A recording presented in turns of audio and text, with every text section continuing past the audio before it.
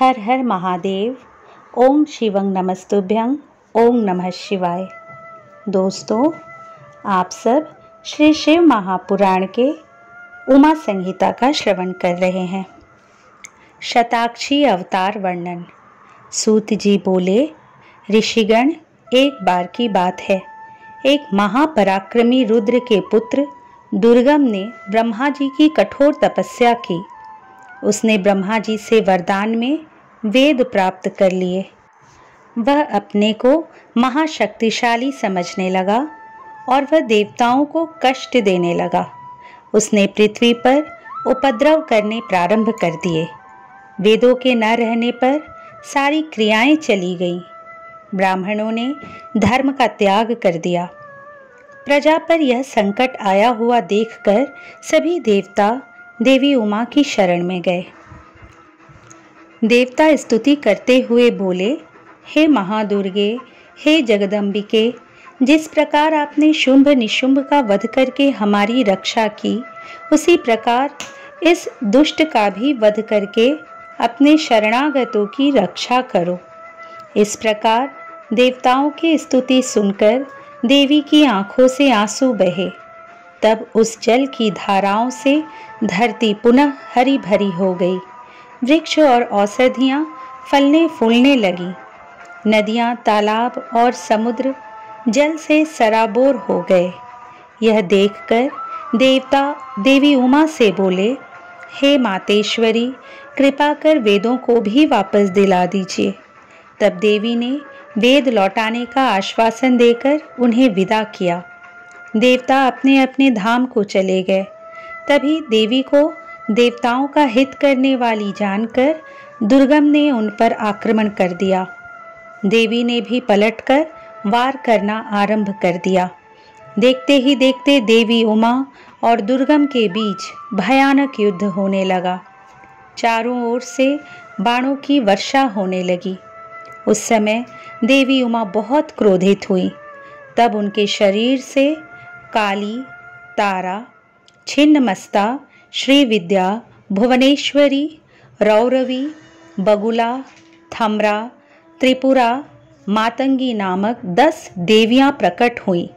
देखते ही देखते देवियों ने दैत्यों की 100 अक्षौहिणी सेना का नाश कर उसे तितर बितर कर दिया। तत्पश्चात देवी ने अपने त्रिशूल से दैत्येंद्र दुर्गम का वध कर दिया।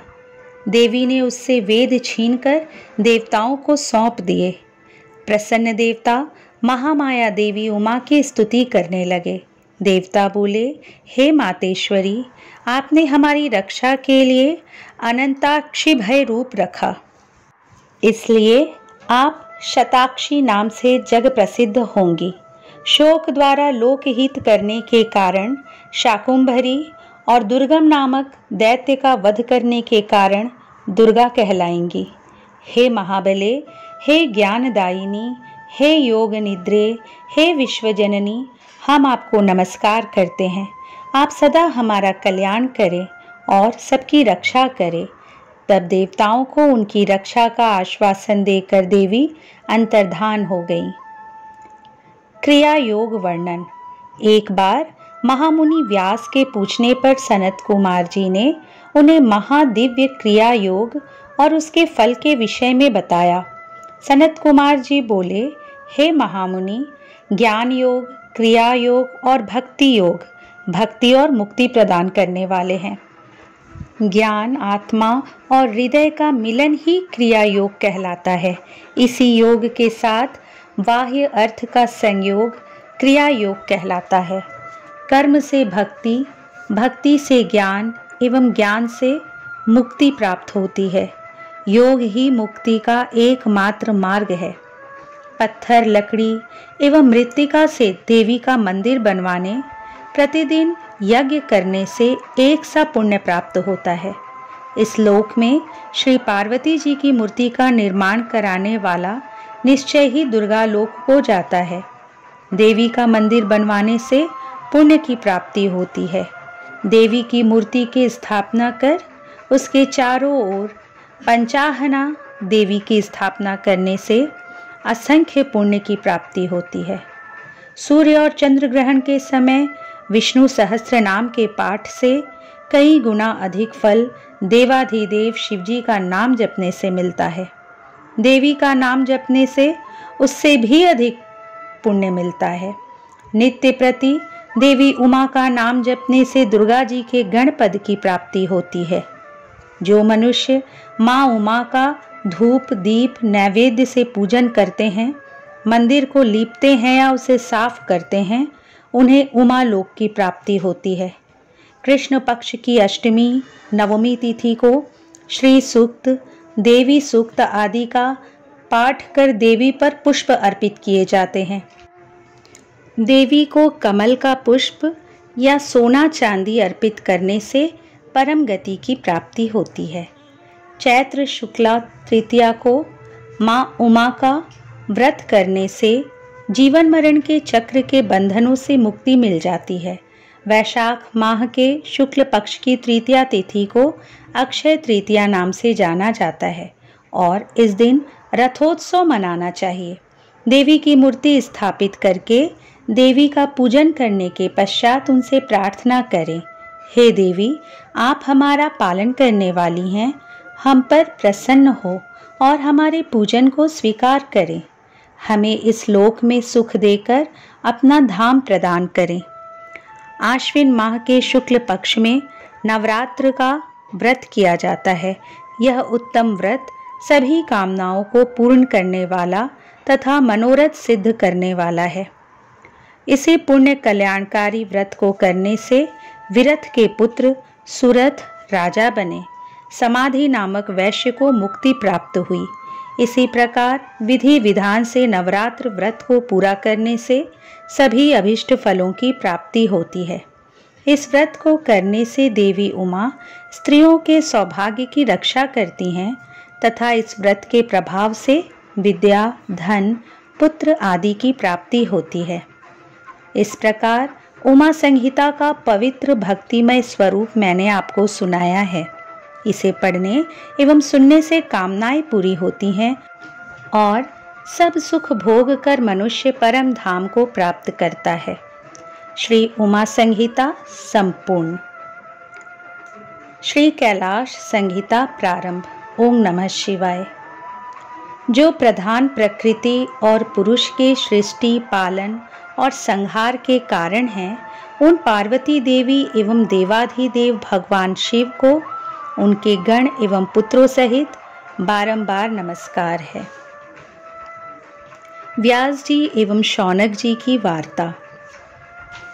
ऋषियों ने कहा, हे महामुने, आपने हम पर कृपा करके हमें उमा संहिता सुनाई। अब आप हम पर कृपा कर हमें शिव तत्व को बढ़ाने वाली परम दिव्य एवं कल्याणकारी कैलाश संहिता सुनाइए। तब ऋषियों की प्रार्थना सुनकर व्यास जी बोले, ऋषिगण, एक बार हिमालय पर निवास करने वाले ऋषि मुनियों ने काशीपुरी के दर्शन का विचार किया और विश्वेश्वर का दर्शन करने हेतु वहां पहुंच गए। उन्होंने काशी पहुंचकर मणिकर्णिका में गंगा जी में स्नान किया। तत्पश्चात शतरुद्रीय मंत्र से भगवान शिव की स्तुति की। उसी समय सूत जी भी पंचकोसी देखने की इच्छा से वहां पहुंचे। सूत जी को वहां देखकर ऋषि मुनियों ने उन्हें प्रणाम किया और बोले, हे महाभाग सूत जी, आप परम शिव भक्त और ज्ञान के सागर हैं। आपके हृदय में पुराणों की कथा स्थित है। आप परम गुरु हैं। हम सब आपके मुख से निकली हुई अमृतमय कथा को सुनना चाहते हैं।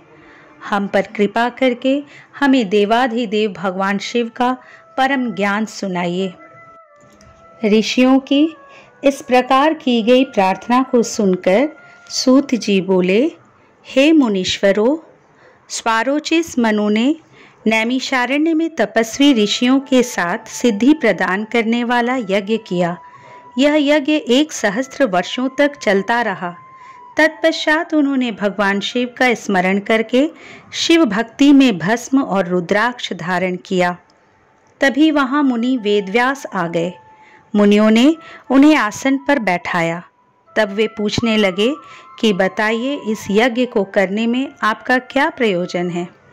व्यास जी का प्रश्न सुनकर नैमिषारण्य के तेजस्वी पराशर पुत्र बोले, हे कृपा सागर, इस अद्भुत महायज्ञ का अनुष्ठान करने का कारण ओंकार के अर्थ को जानना है। हम परब्रह्म परमेश्वर शिव जी के स्वरूप को जानना और समझना चाहते हैं। हम सब आपकी शरण में आए हैं। हम अल्प बुद्धियों के संदेह को दूर करें और हमें शिव ज्ञान प्रदान कर हमारी जीवन रूपी नाव को पार करा दें। हमारी एकमात्र इच्छा शिव तत्व जानने की है। मुनिगणों सहित पराशर पुत्र की इस प्रकार की गई प्रार्थना सुनकर महामुनि व्यास जी प्रसन्न होकर उन्हें ओंकार रूप भगवान शिव का पार्वती सहित मन में स्मरण करते हुए बोलने लगे। पार्वती जी का शिव जी से प्रणव प्रश्न करना। व्यास जी बोले, हे मुनीश्वर, भगवान शिव का वास्तविक ज्ञान ही प्रणव अर्थ को प्रकाशित करने वाला है। शिव जी का यह ज्ञान उसी को प्राप्त होता है जिस पर शिव जी की विशेष कृपा होती है। प्राचीन समय में दाक्षायणी सती ने अपने पति भगवान शिव की निंदा सुनकर अपना शरीर त्याग दिया था। उन्होंने हिमालय के घर जन्म लिया। देवर्षि नारद की प्रेरणा से शिव जी की तपस्या कर उन्हें प्रसन्न कर पति रूप में पाया। एक दिन भगवान शिव देवी पार्वती के साथ कैलाश पर्वत पर बैठे हुए थे। देवी पार्वती ने शिव जी से कहा, हे देव, आप मुझे मंत्र दीक्षा देकर विशुद्ध तत्व प्रदान करें। श्री पार्वती जी के वचन सुनकर शिव जी बोले, देवी, मैं आपकी इच्छा अवश्य पूरी करूंगा। यह कहकर उन्होंने पार्वती जी को प्रणव मंत्र प्रदान किया, परंतु देवी इससे संतुष्ट न हुई और बोली, प्रभो, आपने मुझे ओंकार रहित उपदेश दिया है। मुझे प्रणव की प्राकट्य कथा भी बताइए। वेदों में इसे कैसे वर्णित किया गया है? इसकी व्यापकता एवं कला और पंचात्मकता के बारे में भी विस्तार से बताइए। इस प्रणव की उपासना कैसे और कहाँ की जाती है? इसके अनुष्ठान की विधि, स्थान और इससे मिलने वाले फल के बारे में भी मेरा ज्ञान बढ़ाने की कृपा करें। स्वामी, कृपा कर मुझे इस तत्व से अवगत कराकर मेरे श्री ज्ञान में अभिवृद्धि करे। देवी पार्वती की इस विनयपूर्ण प्रार्थना को सुनकर शिवजी उन्हें प्रणव की पूर्ण कथा सुनाने के लिए तैयार हो गए। प्रणव पद्धति। भगवान शिव बोले, हे प्राणप्रिया, हे देवी, आपकी इच्छा पूरी करना मेरा धर्म है। आपकी प्रसन्नता के लिए मैं आपको प्रणव कथा सुनाता हूँ। प्रणव को जानने वाला शिव तत्व का भी ज्ञाता हो जाता है। प्रणव मंत्र सब मंत्रों का बीज मंत्र है। यही प्रणव सर्वज्ञ और सबका कर्ता है। ओम नामक इस एक अक्षरी मंत्र में शिव सदा ही विद्यमान रहते हैं। इस संसार की सभी वस्तुएं गुणमयी होते हुए भी स्थावर और जड़ात्मक दिखाई पड़ती है। यही प्रणव का अर्थ है। यह ओम मंत्र ही सब अर्थों का साधक है। इसी आकार प्रणव से शिव अर्थात मैं सर्वप्रथम इस जगत का निर्माण करता हूँ। वही शिव ही प्राण रूप और प्रणव शिव रूप है। मैं ही ब्रह्म ऋषि और एकाक्षर रूप हूँ। इस संसार में प्रणव ही सबका कर्ता है। मुमुक्षु ही इस निर्विकार परमेश्वर प्रणव को जान और समझ सकते हैं। प्रणव मंत्र ही सभी मंत्रों में सर्वश्रेष्ठ है और शिवमणि माना जाता है। यही ओंकार मैं काशी में प्राण त्याग देने वालों को प्रदान करता हूँ।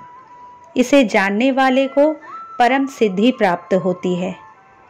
इस पवित्र प्रणव रूपी ओंकार मंत्र को प्राप्त करने के लिए सर्वप्रथम कला का उद्धार करें। जो पहले आकार को प्राप्त कर चुके हों, उन्हें निवृत्त कला की प्राप्ति का विधान करना चाहिए। तत्पश्चात उकार में ईंधन, मकार में काल कला, नाद में दंड और बिंदु में ईश्वर कला का उद्धार करने का उपाय करें। ऐसे ही पंचवर्णी प्रणव का उद्धार होता है।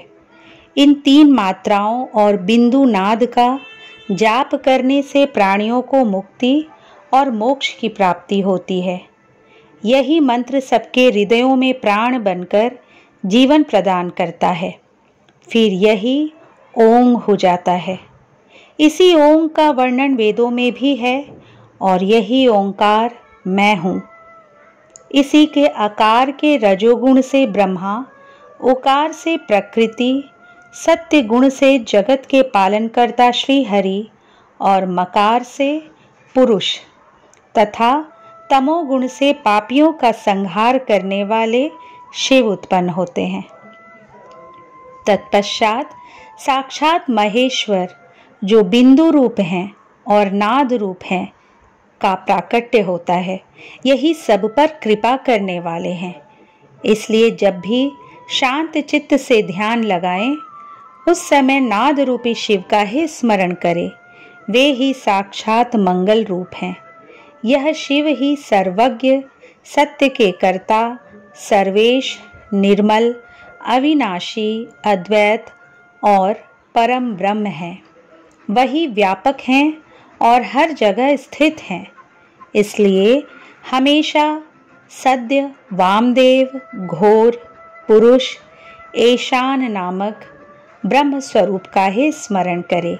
यही मेरी मूर्ति है। यही प्रणव मंत्र की उत्पत्ति और पद्धति है। संन्यास का आचार व्यवहार। शिव जी बोले, हे देवी पार्वती, अब मैं तुम्हें संन्यास और आहणिक क्रम के विषय में बताता हूँ। सर्वप्रथम सुबह ब्रह्म मुहूर्त में उठें और अपने आराध्य गुरु के चरणों का स्मरण कर उनके मनोहर रूप को नमस्कार करें। हाथ जोड़कर उनसे विनती करते हुए कहें कि भगवान, सुबह से लेकर रात तक मैं जो कुछ भी कार्य करता हूँ उसमें आपकी ही प्रेरणा शामिल है। वही मुझे हर मुश्किल कार्य को करने की शक्ति और सामर्थ्य प्रदान करने वाली है। किसी भी कार्य को करने का आप ही मुझे बल प्रदान करते हैं। हम आपकी पूजा करते हैं। कृपा कर हमारी पूजा स्वीकार करें। यह कहकर गुरु से आज्ञा लेकर आसन पर बैठें। आसन पर बैठकर प्राणायाम करें। आसन में ध्यान लगाएं और 6 चक्रों का स्मरण करते हुए उन चक्रों के बीच में मुझ सच्चिदानंद निर्गुण ब्रह्म और अनामय रुद्र शिव का चिंतन करें।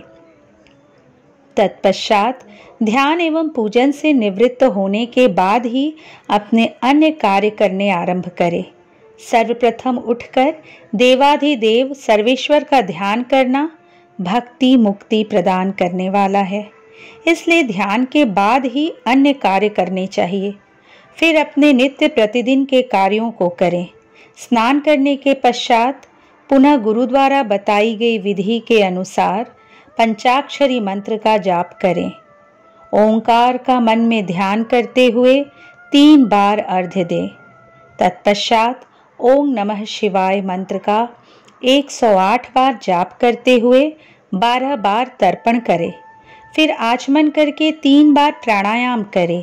पूजा के लिए पूजा स्थान पर जाते समय मौन अवस्था में हाथ पैर धोकर ही जाएं। प्रवेश करते समय दाहिने पैर को ही आगे रखें। संन्यास मंडल की विधि। ईश्वर बोले, पूजा के स्थान में प्रवेश करने के पश्चात उस स्थान की धरती को लीपें। 4 वस्त्रों को लेकर चौकों के समान की कल्पना करें। ताल पत्र के समान लंबे चौड़े 12-13 भाग करें। चौथे मंडल में पश्चिम की ओर मुंह करके बैठे। पूरब की तरफ से सूत्र लेकर दक्षिण और उत्तर के क्रम में 14 सूत्र बिछाएं। इस प्रकार 169 कोण हो जाएंगे। इन्हीं कोणों के बीच कणिका के मध्य दलाष्टक होता है। तत्पश्चात दल संधि को श्वेत, पीली, काली, लाल करें। कर्णिका में प्रणव अर्थ बताने वाले मंत्र लिखे। उसके ऊपर अमरेश, मध्य में महाकाल और उसके सिर पर निकट दंड लिखें। उसके बाद ईश्वर का नाम लिखें। फिर श्याम अर्थात काले रंग में सिंहासन और पीले रंग में श्रीकंठ को रंग कर अम्बरेश को लाल और महाकाल को काला रंग करें। ईश्वर को सफेद रंग से लिखें।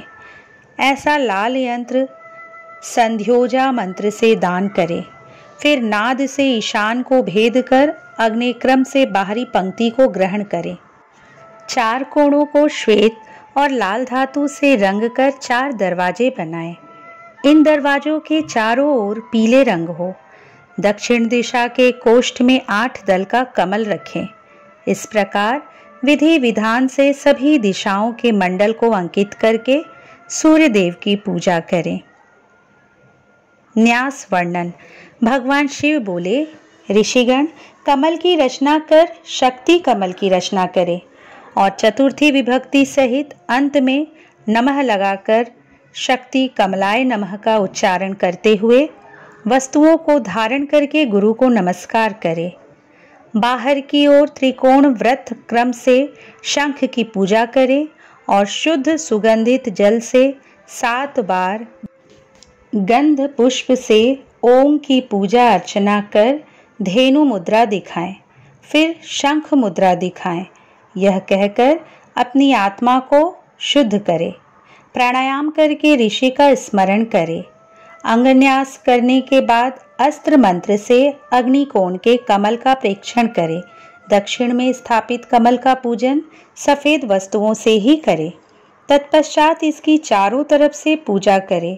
इसके बाद सौर योग पीठ को पूजे। सिंहासन पर मूल मंत्र से मूलाधार में आसन पर बैठकर पिंगला नाड़ी के प्रवाह से शक्ति उठाएं।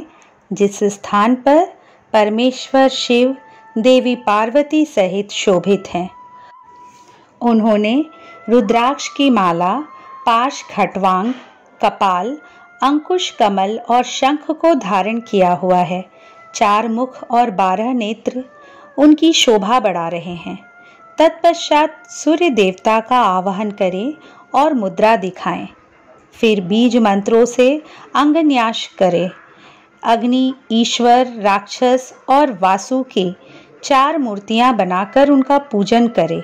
पूरब से लेकर उत्तर में मूल कमलदल से आदित्य, भास्कर, भानु और रवि के नाम से क्रमशः सूर्य, ब्रह्मा, विष्णु, महेश और ईशान का पूजन करें।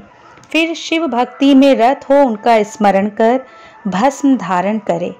तत्पश्चात गुरु की नम्रता पूर्वक पंचोपचार से पूजा कर उन्हें नमस्कार करें। पूजन को विधि के अनुसार आगे बढ़ाते हुए ईशान का न्यास कर पंचकलाक्रम से सद्योजात की कल्पना करें। इस प्रकार प्रणव न्यास करके देवाधिदेव महादेव परमात्मा शिव को बांधकर हंस न्यास करे। शिव ध्यान एवं पूजन। शिव जी बोले, मुनीश्वरों अपनी बाईं ओर चौकोर मंडल बनाकर ओम का पूजन अर्चन करें। ओम को अस्त्र मंत्र से शोभित करें। इसी प्रकार प्रणव का भी पूजन करें। फिर उसे चंदन, धूप, सुगंधित जल से पूर्ण करें। उसके आगे शंख मुद्रा, अर्धचंद्र, चतुर्कोण, त्रिकोण मुद्रा एवं षटकोण मुद्रा आदि स्थापित करें। फिर ओंकार को गंध एवं पुष्प आदि से पूजे और उसमें पवित्र गंगा जल भरे। गुरु द्वारा बताई गई विधि के अनुसार गुरु मूर्ति की स्थापना करें। गुरुभ्यो नमः मंत्र का जाप करते हुए गुरु की प्रदक्षिणा ले। गुरु द्वारा दी गई दीक्षा का बैठकर ध्यान करें। तत्पश्चात स्थापित मूर्ति में देवता का आवाहन करें। एकाग्र चित्त होकर मन में उसका ध्यान करें। गणेश जी का षोडशोपचार से पूजन कर उस पर फल और फूल माला चढ़ाएं। नमस्कार कर स्कंद को पूजे और गगनेय मंडल में सूर्य चंद्रमा का ध्यान करें। कमल के आसनों पर सुंदर सफेद पुष्प रखें और ओंकार सहित चतुर्थी विभक्ति के अंत में नमः लगाकर मंत्र बोलते हुए सविधि ईशान आदि 5 ब्रह्म की पूजा अर्चना करें। इसके बाद देवी गौरी की पूजा करें। इस प्रकार सविधि पूजन और ध्यान करके जो भी मनुष्य एवं देवता मेरी और देवी पार्वती की उपासना करते हैं और शंख के जल से स्नान कर ओंकार से मोक्षण करते हैं, उन्हें परम सिद्धि प्राप्ति होती है। उनकी सभी मनोकामनाएं पूर्ण होती हैं और अभीष्ट फल की प्राप्ति होती है। मोक्ष भी उनके लिए दुर्लभ नहीं है। वर्ण पूजा। सर्वेश्वर शिव बोले, हे देवी, बुद्धिमान और विद्वान मनुष्य एवं देवगण को पूजा करते समय सर्वप्रथम गणेश और कार्तिकेय का पूजन करना चाहिए। तत्पश्चात वेदों के आदि स्वरूप अर्थात शिव का आवाहन कर पूर्व दिशा में कमल कणिका के ऊपर चारों ओर पूजा करें। आवो राजानम मंत्र का उच्चारण करते हुए रीवा से रुद्र की पूजा करें। फिर कणिका दलों में आवाहन करें। शिव को पूर्व में, हर को दक्षिण में, शिव को उत्तर में और भव की पश्चिम दिशा में यथाक्रम के अनुसार पूजा करें। ओं रांग, ओं पांग, ओं ग्या, ओं ला, अर्पण पूर्णव, अंग, ओं वांग, ओं सांग और वेद के इन 10 मंत्रों से लोकपालों का पूजन करें। तत्पश्चात दक्षिण दिशा में ईशान देव की पूजा करें। ब्रह्मा और विष्णु का विधि विधान के अनुसार षोडशोपचार से पूजन करें। फिर 5वें आवरण में ओंकार रूपी शिव का स्मरण एवं ध्यान करते हुए सविधि पूजन करते हुए नैवेद्य चढ़ाएं और अर्घ्य दें। इसके बाद भोजन की सामग्री एवं तांबूल अर्पित करें। तब नीराजनादि क्रम से पूजा को विसर्जित कर देवी और देवता का शुद्ध हृदय से ध्यान करते हुए 108 मंत्रों का जाप करें। इसके पश्चात पुष्पांजलि अर्पित करते हुए यो देवानागीति उपनिषद की 6 ऋचाओं का, जो कि नारायणी कही गई है, जाप करें। फिर प्रदक्षिणा कर साष्टांग प्रणाम करें। आसन पर बैठकर शिव नाम को 8 बार जपे। यह सब क्रिया पूर्ण करने के पश्चात त्रिलोकीनाथ कल्याणकारी भगवान शिव से प्रार्थना करें, हे भगवान, हे शिव शंभो, मैंने अपनी पूरी क्षमता एवं श्रद्धा से आपकी पूजा और आराधना की है। यह कहते हुए शंख के जल और पुष्पों को चढ़ाए। फिर अर्घ्य देकर 8 बार नाम जपें। शिव के अनेक नाम और ओंकार। शिवजी बोले, हे देवी, शिव महेश्वर, रुद्र, पितामह, संसार, वैद्य, सर्वज्ञ और परमात्मा, ये देवादिदेव महादेव के मुख्य 8 नाम हैं। इन्हीं 8 नामों का प्रतिदिन जाप करना चाहिए। शिव शंकर और महादेव, ये सभी नाम शिव स्वरूप ही हैं। उपाधि युक्त होने के कारण शिव के अनेक नाम हैं। वे परिशुद्धात्मा हैं। शिव के विशाल और अनगिनत गुणों के कारण ही उन्हें ईश्वर की संज्ञा दी गई है। 23 तत्वों से परे प्रकृति और प्रकृति से परे 25वां पुरुष है। इसी को वाच्य वाचक के भाव से वेद में ओंकार कहते हैं। वेद में जानने योग्य आत्म स्वरूप वेदांत में प्रतिष्ठित ही परमेश्वर है। पुरुष और प्रकृति इन्हीं के अधीन है। वही अविनाशिनी माया के स्वामी हैं और त्रिगुण तत्व के रक्षक हैं। वे शिव ही मोक्ष प्रदान करने वाले और सबके दुखों को दूर करने वाले हैं। इसी कारण उनका नाम रुद्र पड़ा। इस प्रकार शिवजी के मुखारविंद से वेद से भरे अमृतमय स्तोत्र को सुनकर देवी पार्वती मन में बहुत हर्षित हुई और उन्होंने शिवजी को हाथ जोड़कर बार बार प्रणाम किया। यह प्रणव अर्थ बहुत गुप्त है और समस्त दुखों का नाश करने वाला है। व्यास जी ने भक्ति भाव से पूरी कथा कही, जिसे सुनकर सभी ऋषिगणों ने उनकी पूजा और बहुत आदर सत्कार किया। तब प्रसन्न हो ऋषियों ने अनेक अनुष्ठान किए। फिर व्यास जी कैलाश पर्वत को चले गए। ऋषिगण अपने आराध्य भगवान शिव का ध्यान करने लगे। यह कथा देवी पार्वती ने स्कंद को, स्कंद ने नंदी को, नंदी ने सनत कुमार जी को और उन्होंने महर्षि वेद व्यास जी को सुनाई। यह कहकर पुराणवेत्ता गुरु सूत जी पुनः तीर्थ यात्रा पर चल पड़े। सूतोपदेश वर्णन। व्यास जी बोले, ऋषिगण, सूत जी के वहां से चले जाने के पश्चात सभी मुनिगण आपस में बोले कि हमने वामदेव के बारे में तो कुछ भी नहीं पूछा। तब चिंतित मुनि बोले कि अब तो पता नहीं कब उनके दर्शन संभव हो सकेंगे। यही सब सोचते हुए मुनिगण अपनी योग आराधना में लग गए। संवत्सर के पश्चात सूत जी पुनः काशी आए। उन्हें वहां देखकर सभी मुनिगण बहुत प्रसन्न हुए। वे सब सूत जी की आराधना करने लगे। तब प्रसन्न होकर सूत जी बोले, ऋषिगण, आपको प्रणव का उपदेश देकर जब मैं तीर्थ यात्रा पर निकला तो मैंने दक्षिण सागर के तट पर देवी शिवा का पूजन किया।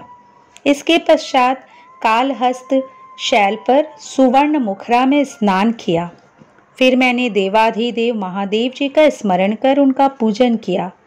शिव जी के 5 सिर वाले अद्भुत रूप के दर्शन करने से सारे पाप नष्ट हो जाते हैं। शिव जी का पूजन करने के बाद मैंने दक्षिण भाग में स्थित देवी पार्वती का पूजन किया। उसके बाद मैंने 1 सहस्त्र अर्थात 108 बार पंचाक्षरी विद्या का जाप किया। फिर उसकी प्रदक्षिणा कर नमस्कार किया।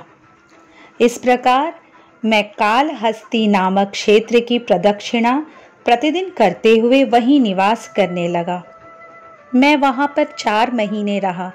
तब मुझ पर महाज्ञानमयी प्रसून कालिका की कृपा दृष्टि हुई और उनका प्रसाद मुझे प्राप्त हुआ। तत्पश्चात देवाधिदेव शिव शिवा को प्रणाम कर उनकी 12 बार प्रदक्षिणा करके मैं यहाँ आया हूँ। हे ऋषिगण, आप मुझे बताइए कि मैं अब आपके लिए क्या करूं। वामदेव द्वारा ब्रह्म निरूपण। ऋषि बोले, महाभाग सूत जी, हम सभी वामदेव के बारे में जानना चाहते हैं। कृपा कर हमें उनके बारे में बताइए। तब ऋषिगणों की जिज्ञासा शांत करने हेतु सूत जी बोले, हे मुनिश्रेष्ठो, पहले मनवंतर में वामदेव नामक एक महामुनि हुए हैं। वामदेव को गर्भ से उत्पन्न होने से पूर्व ही शिव ज्ञान प्राप्त था। वे सबके जन्म कर्म को जानने वाले थे। वामदेव मुनि सदा अपने शरीर पर भस्म लगाकर और सिर पर जटा धारण किए रहते थे। वे शांत और अहंकार रहित थे और सदा योग, ध्यान और ब्रह्म में लीन रहते थे। एक बार वामदेव ने दक्षिण शिखर पर जाकर शिवजी के पुत्र स्कंद से भेंट की। उस समय स्कंद का रूप सूर्य के समान तेजोदीप्त होकर प्रकाशित हो रहा था। उनकी 4 भुजाएं थी और वे मोर पर बैठे हुए थे। उन्हें देखकर मुनि वामदेव ने हाथ जोड़कर उन्हें प्रणाम किया और उनकी बहुत स्तुति की। इससे प्रसन्न होकर शिवजी के पुत्र स्कंद बोले, हे महामुनि, मैं आपकी इस स्तुति से बहुत संतुष्ट हूँ। आप जैसे मुनि सदा दूसरों के हित के लिए ही कार्य करते हैं। आपकी जो इच्छा हो कहिए, मैं उसे अवश्य ही पूरा करूँगा। तब वामदेव जी स्कंद देव से बोले, भगवन, आप सब कुछ जानने वाले और सबके कर्ता हैं। आपके दर्शनों से ही मेरी सभी कामनाएं पूरी हो गई। मैं भला आपके गुणों का वर्णन कैसे कर सकता हूँ। आप तो साक्षात परमेश्वर वाचक देव पशुपति वाच्य हैं। वे सभी के पाप मोचक हैं। प्रणव मंत्र द्वारा त्रिलोकीनाथ भगवान शिव का ध्यान करने से सारे पाप नष्ट हो जाते हैं। ओंकार सर्वस्वरूप है और ओम सबकी श्रुति और ब्रह्म स्वरूप है। प्रभु, मेरे दृष्टिकोण से इस संसार में शिवजी के समान दूसरा कोई नहीं है। वे ही समाविष्ट और व्यष्टि स्वरूप हैं। साक्षात शिव स्वरूप ही प्रणव है।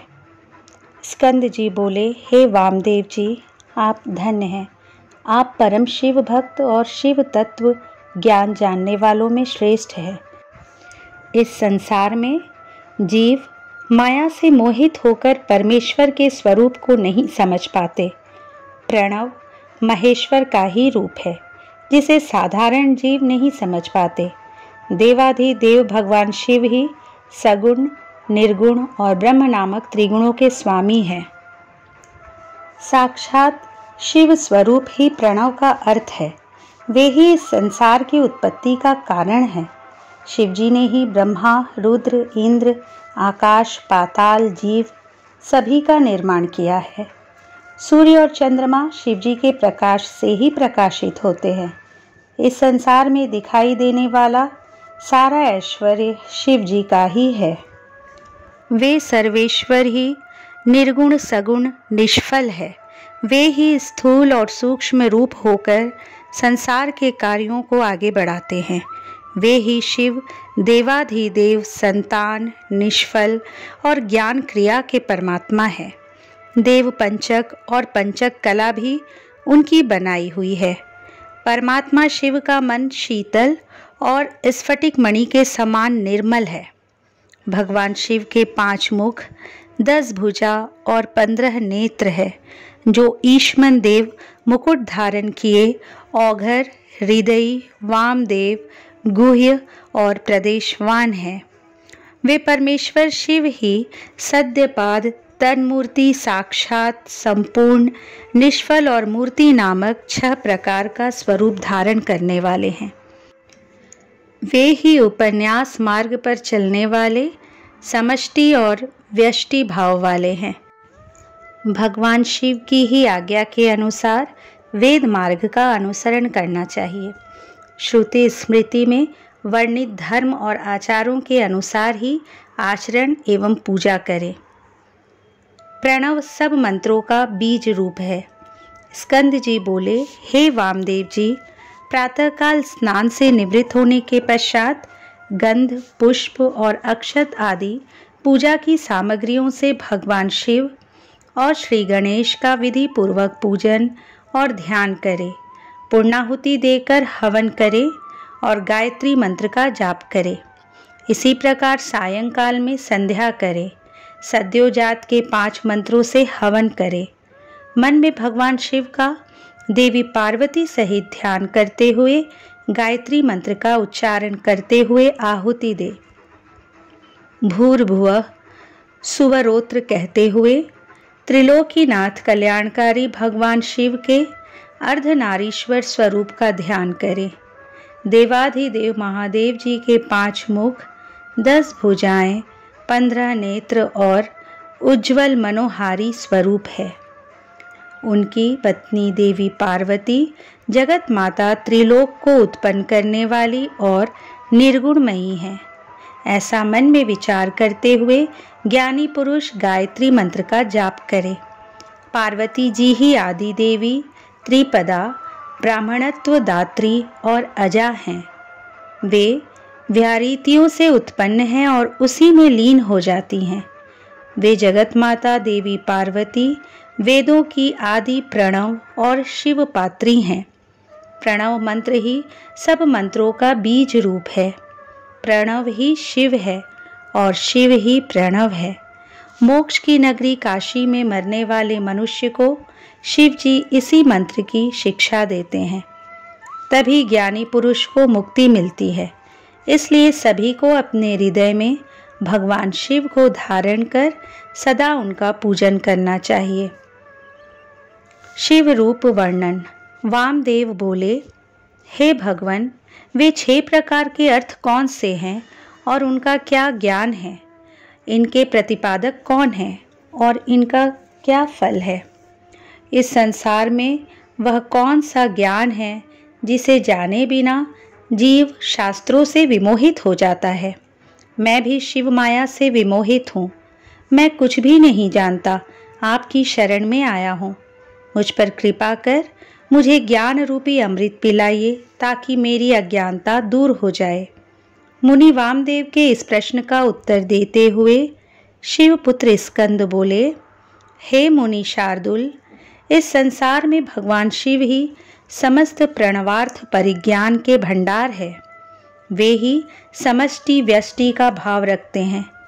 अब मैं एक ही परिज्ञान के 6 अर्थों का वर्णन करता हूँ, जिनमें पहला मंत्र रूप, दूसरा भाव, तीसरा देवार्थ, चौथा प्रपंचार्थ, पांचवा गुरु रूप और छठा शिष्य के आत्मानुरूप कार्य है। पहला स्वर अकार, दूसरा उकार, तीसरा मकार है। इसी पर नाद रूपी बिंदु है। इन्हीं को वेद में ओंकार कहा गया है। यही समष्टि रूप है। नाद में ही सबकी समष्टि है। अकार, उकार और मकार ये सब बिंदु नाद के आदि हैं। व्यष्टि रूप में सिद्ध होकर ओंकार की उत्पत्ति होती है, जो शिव जी का याचक है। इसी प्रकार ओंकार रूपी 5 वर्णों की समष्टि कला भी शिव जी की वाचक है। जो त्रिलोकीनाथ भगवान शिव के उपदेश मार्ग का अनुसरण करते हैं, उन्हें अवश्य ही शिव पद की प्राप्ति होती है। प्रणव मंत्र शिव का ही रूप है। उपासना मूर्ति। भगवान स्कंद बोले, त्रिलोकीनाथ, कल्याणकारी भगवान शिव ही इस संसार के सृष्टिकर्ता और आकाश के अधिपति हैं। वे ही समष्टि हैं और वे ही व्यष्टि भी हैं। उन्हीं देवाधिदेव सदाशिव से महेश्वर की उत्पत्ति हुई है। अनंत रूप पुरुष होने के कारण वे वायु के भी अधिपति हैं। वे ही सभी प्रकार की मायावों और शक्तियों से युक्त है। ईश्वर, विश्वेश्वर, परमेश्वर और सर्वेश्वर, यही चतुष्टय व्यष्टि रूप कहा गया है। यही श्रेष्ठ तिरोभाव चक्र कहा जाता है। तिरोभाव 2 प्रकार का होता है, रुद्रादि गोचर एवं जीव समूह का शरीर रूप। पाप और पुण्य जब तक इस संसार में है, तब तक इसमें कर्म की साम्यता रहती है। इसी में अनुग्रह करने की सामर्थ्य होती है। इसी विभु में तिरोभाव और कर्म की साम्यता होती है। वही कल्याणकारी भगवान शिव ही साक्षात परब्रह्म, निर्विकल्प तथा निरामय स्वरूप हैं। तिरोभाव के शांति कलामय तिरोभाव चक्र को महेश्वर के अधिष्ठित उत्तम पद कहा गया है। महेश्वर के चरणों की सच्चे हृदय से भक्ति करने वाले को यही पद प्राप्त होता है। उन्हीं महेश्वर के 1000वें अंश से रुद्र उत्पन्न हुए हैं। वे अधीर शरीरधारी और तेज तत्व के स्वामी हैं। वे प्रभु ही वाम भाग में देवी गौरी शक्ति धारण करते हैं। रुद्र ही पापियों का संहार करने वाले हैं। व्यष्टि रूप शिव हर, मुंड और भव अद्भुत चक्र विदित है। ये सब प्रावरण से रक्षित होते हैं। इनके ऊपर की ओर 10 गुना जल है। इस जल के मध्य में रहने वाले को श्रुति द्वारा जल मध्य साई कहा जाता है। भगवान शिव अनुग्रह, तिरोभाव, संहार, स्थित और सृष्टि से युक्त होकर नई नई लीलाएं करते रहते हैं। वे ही सर्वशक्तिमान ईश्वर हैं। शिव तत्व विवेचन। सूत जी बोले, मुनि वामदेव को भगवान स्कंद के मुख से ओंकार रूपी अमृत कथा का श्रवण करके आनंद की अनुभूति हुई। वे बोले, प्रभु, इस अमृतमयी कथा को सुनकर मेरा ज्ञान और बढ़ गया है, परंतु फिर भी मैं आपसे एक प्रश्न पूछता हूँ। भगवान, सदाशिव से लेकर कीर्ति पर्यंत तक इस जगत में स्त्री पुरुष ही दिखाई देते हैं। इस रूपवान अद्भुत संसार की उत्पत्ति का कारण वे परमेश्वर ही हैं या कोई अन्य रूप हैं? विद्वान और शास्त्रों के अनुसार इसके अनेक प्रकारों का वर्णन करते हैं। कृपा कर मुझे जगत सृष्टा भगवान शिव के भाव का वर्णन कीजिए। मुनि वामदेव के इस प्रकार उपनिषद गर्भित रहस्य को समझकर स्कंद देव बोले, हे महामुनि, जिन परम शिव तत्व शिव ज्ञान को आप सुनना चाहते हैं, वह मैं आपको सुनाता हूँ। यही ज्ञान मेरे पिता देवाधिदेव भगवान शिव ने मेरी माता देवी पार्वती को सुनाया था। उस समय मैं छोटा सा बालक था और माँ की गोद में बैठकर दूध पी रहा था। वे बातें आज भी मुझे याद है। कर्म सत्ता से लेकर सभी शास्त्रों में लिखा सभी कुछ ज्ञानदायक है। आप जैसे ज्ञानी पुरुष ही इतना कुछ जानते हुए भी भगवान के विषय में और अधिक जानने की जिज्ञासा रखते हैं, परंतु मूर्ख और अज्ञानी पुरुष तो सब कुछ जानते और समझते हुए भी ईश्वर के स्वरूप से इनकार कर देते हैं। परमेश्वर परमात्मा को जानना एवं उन्हें पहचानने में कोई संदेह और परेशानी नहीं है। वे स्त्री पुरुष के रूप में विश्व के सामने प्रत्यक्ष दिखाई देते हैं। श्रुतियों ने ही कहा है कि सच्चिदानंद परब्रह्म सिर्फ सत्य है।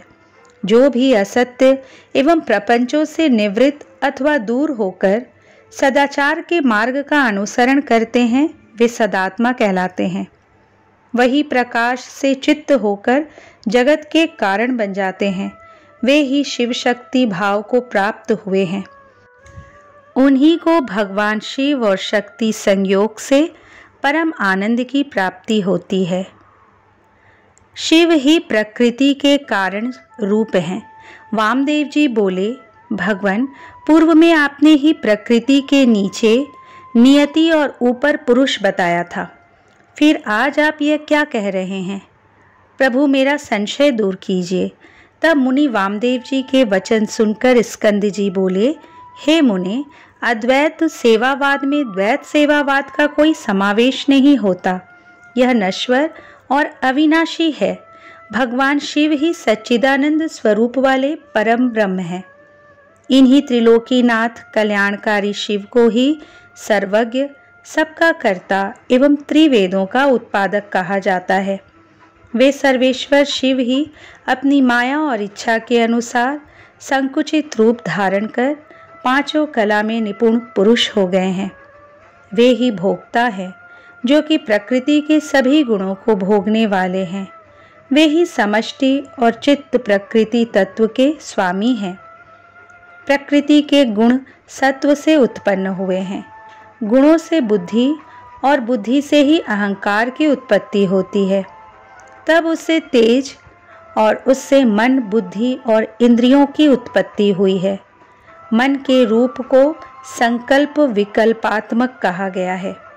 बुद्धि, इंद्रिय, कान, त्वक, चक्षु, जिह्वा, शब्द, रूप, स्पर्श, रस, गंध प्रवृत्ति को बुद्धि और इंद्रियों में श्रोत का क्रम कहा गया है। वैचारिक अहंकार से कर्मेंद्रियों की उत्पत्ति हुई है, जिन्हें मुनियों ने सूक्ष्म कहा है। फिर तन मात्राएं और शब्द के रूप हुए, जिनसे आकाश, वायु, अग्नि, जल और पृथ्वी की उत्पत्ति हुई। ये ही पंच महाभूत कहलाते हैं। शब्दादि रूप, रस, गंध उनकी तन मात्राएं कहलाएं।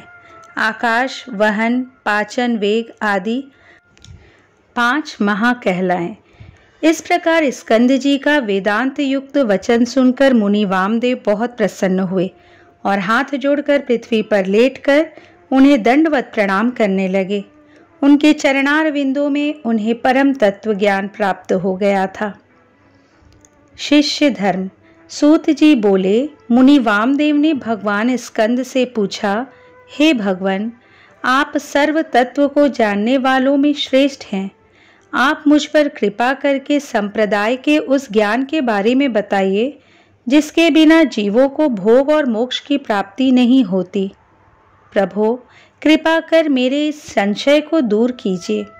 तब वामदेव जी के इन वचनों को सुनकर स्कंद देव बोले, मुनीश्वर, अब मैं आपको एक परम गुप्त तत्व के बारे में बताता हूँ। वैशाख, श्रावण, आश्विन, कार्तिक, अगहन, माघ महीनों के शुक्ल पक्ष में पंचमी अथवा पूर्णिमा के दिन स्नान करके शुद्ध होकर अपने गुरु के चरणों को धोकर उनके पास रखे आसन पर शंख में फूलों को अभिमंत्रित करके रखें। तत्पश्चात गंध और पुष्प से पूजन करें। उसके समक्ष दीप प्रज्वलित करें। मुद्रा से रक्षा कर कवच को मंत्रों से आच्छादित करें। तत्पश्चात विधि पूर्वक अर्घ्य दे और सुगंधित पुष्पों से पूजन करें। आधार पर सुगंधित जल का घट रखकर उसे सूत से लपेटे। इस घट पर पीपल, पिलखन, जामुन, आम और बड़ नामक 5 पेड़ों की छाल और पत्ते तथा हाथी, घोड़े, रथ, बांबी और नदी के संगम स्थान की मिट्टी में सुगंधि को मिलाकर उसे कलश पर लेपे। लेपने के बाद आम के पत्ते, कुश का अग्र, नारियल, फूल आदि वस्तुओं से कलश को सजाएं। सजाने के बाद कलश में पंचरत्न डालें। यदि पंचरत्न ना हो तो सुवर्ण डालें। नील, माणिक के, सुवर्ण, मूंगा और गोमेद नामक 5 रत्नों को नृमलस्क का उच्चारण करते हुए अंत में ग्लूमु कहते हुए विधि विधान से पूजन करें। खीर और तांबुल अर्पित कर 8 नामों का जाप करते हुए पूजा करें। गुरु द्वारा बताई हुई विधि से अनुष्ठान सहित भगवान शिव की पूजा अर्चना करें। फिर गुरु को अपने शिष्य को हं सोहं मंत्र का उपदेश देना चाहिए। उपदेश के बाद भस्म का ज्ञान प्रदान करना चाहिए। उस समय गुरु को अपने मन में यही विचार करना चाहिए कि मैं ही शिव हूँ। इस प्रकार शिष्य को ज्ञान दे। योग पट्ट वर्णन। भगवान स्कंद बोले, मुनि वामदेव अपने शिष्य को पूजा विधि का वर्णन करने के पश्चात गुरु निम्न बातों का उच्चारण करे। मैं ब्रह्म हूँ, वह तू है, आत्मा ही ब्रह्म है। सारा संसार ईश्वर से अधिष्ठित होता है। मैं ही प्राण हूँ। आत्मा ही ज्ञान का सार है। प्रज्ञान आत्मा ही यहाँ विदित अवस्थित है। वही तुम्हारा, मेरा अर्थात सबका अंतर्यामी है। वही ज्ञान रूपी अमृत है। वह एक ही पुरुष में और आदित्य में है। वही परब्रह्म मैं हूँ, सबसे परे और सबका ज्ञाता और वेद शास्त्रों का गुरु मैं ही हूँ। इस संसार में सारे आनंद का क्षण मैं ही हूँ। सर्वभूतों के हृदय में व्याप्त रहने वाला मैं ही ईश्वर हूँ। सारे तत्वों का और पृथ्वी का प्राण मैं ही हूँ। मैं ही जल और तेज का प्राण हूँ। आकाश और वायु का प्राण मैं हूँ। मैं ही त्रिगुण का प्राण हूँ। मैं ही अद्वितीय और सर्वात्मक हूँ। यह सब ब्रह्म रूप है। मैं ही मुक्त स्वरूप हूँ, इसलिए मेरा ध्यान करना चाहिए। इस प्रकार भगवान स्कंद ने वामदेव जी से योग पट्ट का वर्णन किया। क्षौर एवं स्नान विधि। भगवान स्कंद बोले, हे मुनीश्वर, अब मैं आपको यतियों को शुद्धि प्रदान करने वाले क्षौर और स्नान की विधि बताता हूँ। जब शिष्य योग पद को प्राप्त हो जाए तब व्रत करने से पूर्व क्षौर करना चाहिए। गुरु को नमस्कार कर उनकी आज्ञा से क्षौर कराएं। फिर नाई के कपड़े को मिट्टी और जल से धुलाएं। फिर शिव नाम का उच्चारण करते हुए हाथ की अनामिका और अंगूठे को अभिमंत्रित करें। आंखें बंद कर मंत्र का उच्चारण करें और दाहिनी ओर से क्षौर कराएं। आगे से पीछे की ओर सिर मुड़वाएं और फिर मूछें भी साफ करवाएं और नाखून काट लें। तत्पश्चात नदी में 12 डुबकी लगाकर स्नान करें। बेल, पीपल या तुलसी के नीचे की मिट्टी लेकर उसका प्रोक्षण कर अभिमंत्रित करें। उस मिट्टी के 3 भाग करें। एक भाग से 12 बार हाथ मलकर साफ करें। दूसरे भाग की मिट्टी को सिर से मुंह तक लेप करके 12 बार जल में डुबकी लगाएं। फिर 16 बार कुल्ला कर 2 बार आचमन करें। बची हुई मिट्टी का पूरे शरीर पर लेप करें। मन में ओंकार का भक्तिपूर्वक जाप करते हुए 16 बार प्राणायाम करें। फिर ज्ञान देने वाले गुरु का ध्यान करते हुए 3 बार साष्टांग प्रणाम करें। तत्पश्चात तीर्थ स्थान के जल में डुबकी लगाते हुए त्रिलोकीनाथ कल्याणकारी भगवान शिव का स्मरण करें। वे देवाधिदेव महादेव ही संसार को तारने वाले हैं। वे ही सबका कल्याण करते हैं। इस प्रकार मैंने आपको स्नान की पूर्ण विधि बताई। योगियों को उत्तरायण प्राप्ति। मुनि वामदेव बोले, हे भगवान स्कंद जी, मैंने सुना है कि योगियों का दाह कर्म नहीं किया जाता, उन्हें तो शुद्ध भूमि में स्थापित कर दिया जाता है। क्या यह सच है?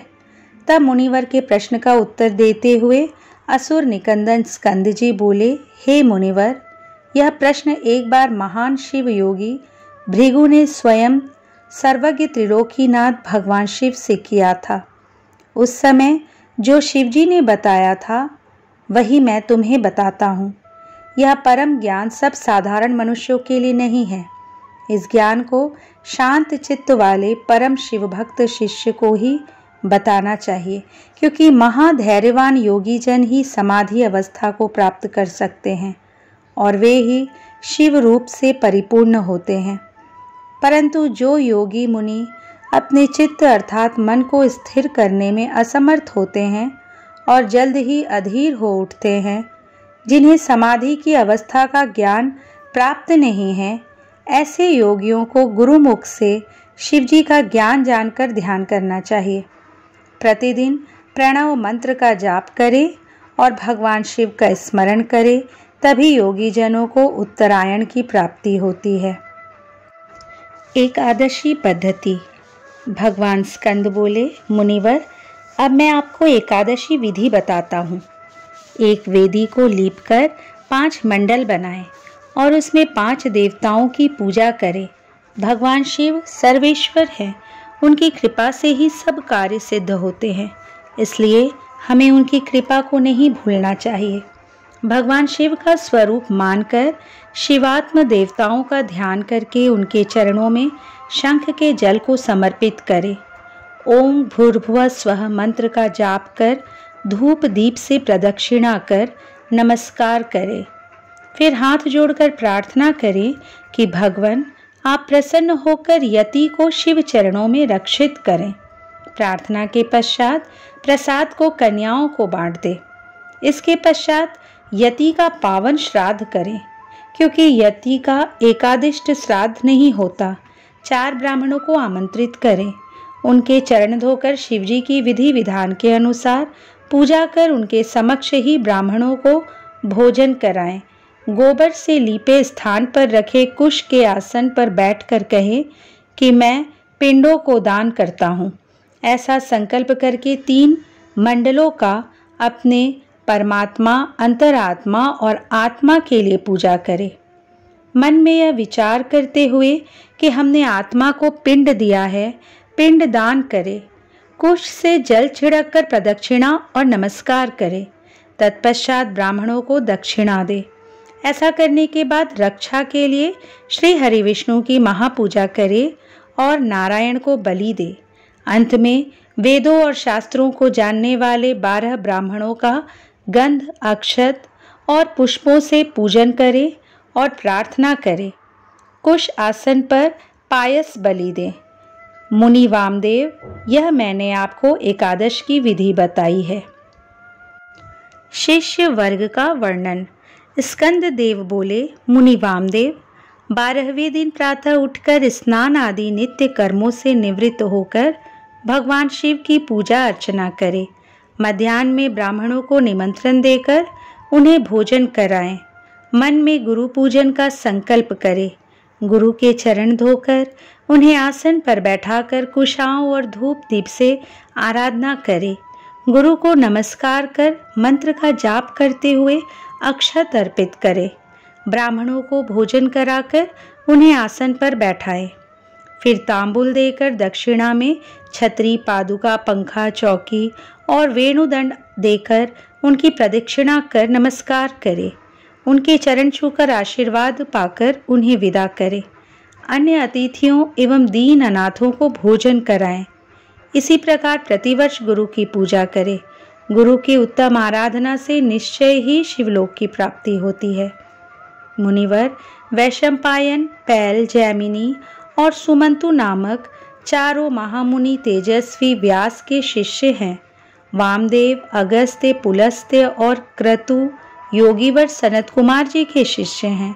ये सभी मुनि अद्भुत और भगवान शिव के परम भक्त हैं। इन्होंने ही 5 महाभूतों से आवृत वेदांत सिद्धांत का परम निश्चय किया है। यह मोहनाशक, ज्ञानदायक और संतोषदायक है। यह जगत का कल्याण करने वाला और लक्ष्मी प्रदान करने वाला है। त्रिलोकीनाथ कल्याणकारी भगवान शिव का ध्यान और स्मरण सदा करने से योगी जन शिव स्वरूप हो जाते हैं।